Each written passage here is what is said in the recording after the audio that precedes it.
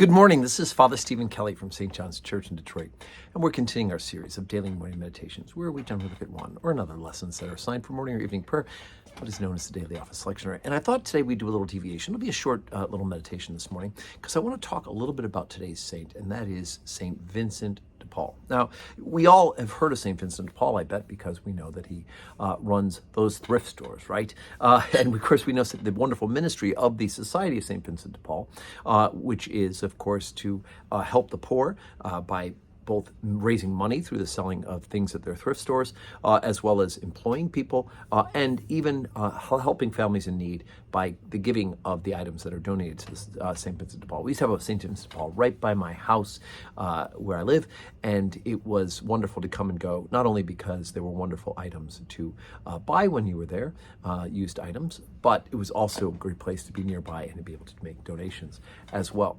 St. Vincent de Paul was a Frenchman, lived in the 1600s, late 1500s, early 1600s, and became a very important priest. In fact, one of the interesting things was that short after he became a priest, he was taking a journey by sea, and he was captured by, as the old expression goes, the Mohammedans. He was captured by Muslim pirates, Barbary pirates. And what's interesting is the person who was the leader of that ship that kidnapped him, in fact, was an apostate Christian. And the story is that St. Vincent de Paul converted him back to Christianity and gained not only his freedom, but that man's soul. They then, of course, escaped back to France. He became a parish priest, and then he was chaplain to those who rode in the galleys, the slaves who rode in the galleys, the prisoners who rode in the galleys, not slaves, but prisoners. And then order chaplain to nuns. But he also founded a congregation called the Priests of the Mission, also known as the Lazarus. And this was priests who were dedicated to the propagation of the gospel, obviously, to mutual support in their priestly ministry, and many of them worked in the slums. Wonderful thing of the connection about St. Vincent de Paul is the connection to those of us in the Episcopal Church who are members of the Society of the Holy Cross, the SSC, as you see after my name and after the name of many of the priests who are friends of mine and have come here and preached at St. John's.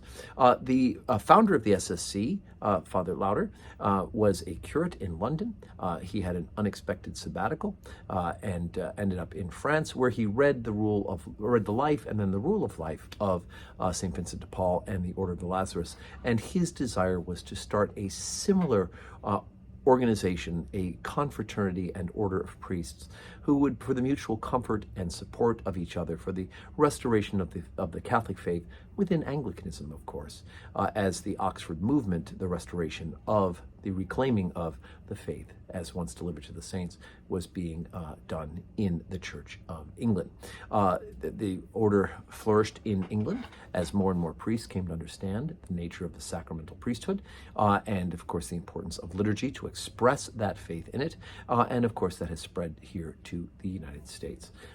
I, by God's grace, have been a member of the Society of the Holy Cross since 1995, shortly after my ordination, and I consider it a great privilege to have brother priests who have the same mission to support one another in the priestly ministry and to propagate the gospel of Jesus Christ and to teach about all the doctrines of his church. So I consider myself immensely blessed by that opportunity. So therefore, as a member of the Society of the Holy Cross, I certainly have a great love and honor and respect for St. Vincent de Paul, and not just for the thrift shop. So today is Tuesday, and we continue our regular schedule of masses. I'm so glad to be back from vacation and back from the youth conference. Both of those things were great, but it's great to be home and back at the altars here at St. John's. And I do hope that if you are able, you will join us live or online. And may God bless you this Tuesday.